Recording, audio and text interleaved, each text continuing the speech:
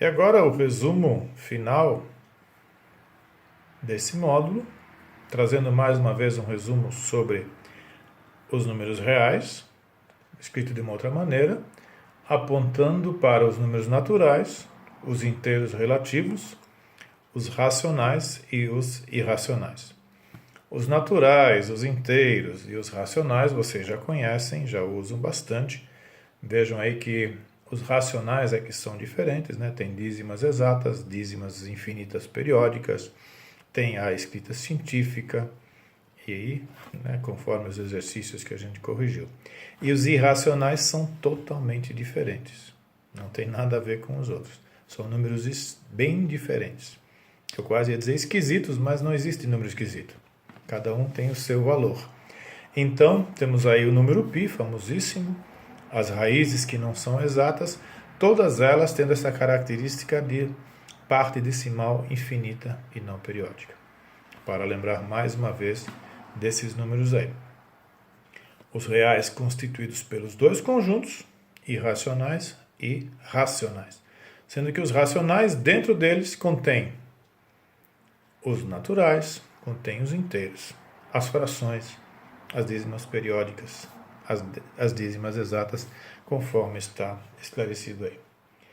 E ainda voltamos também nessa aula, nesse módulo, ao conceito de probabilidade.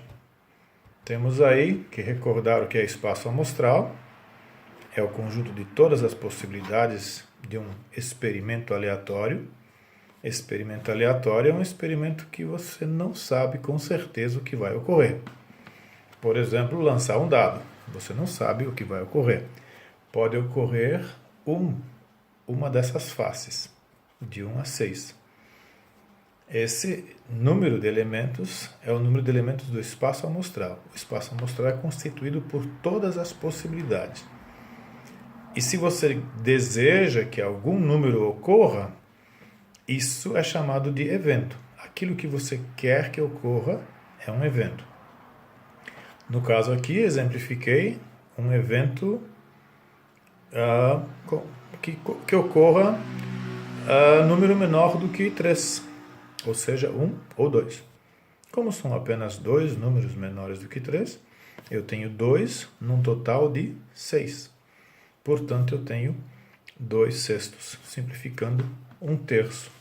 E aí eu tenho a probabilidade de ocorrer o que eu gostaria que ocorresse, certo? A partir daí, eu sugiro as questões de 1 a 4, das páginas 409 e 410. A questão 1 é individual para cada um. Você pode colocar, por exemplo, na letra A 1,5, 2,8, 3,75. Na letra B você pode colocar 1,33333. Na letra C não precisa escrever na forma decimal. Apenas lembre que números irracionais têm a parte decimal infinita e não periódica, e esses números podem ser, por exemplo, raiz de 2, o número π, raiz cúbica de 5, etc.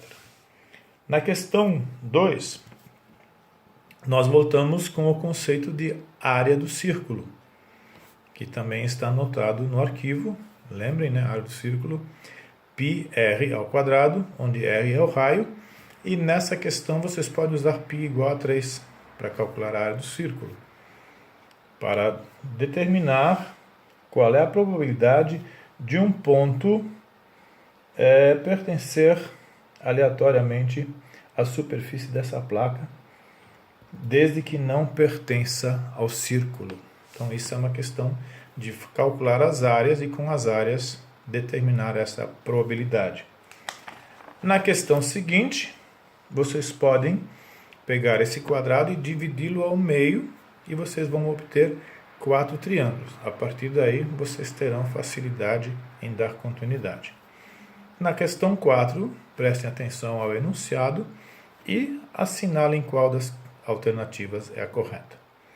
A questão 5, nós vamos deixar para a próxima aula, porque eu quero elaborá-la com bastante cuidado, para que vocês realmente entendam o passo a passo que eu voltarei a explicar aqui. Ok? Um abraço.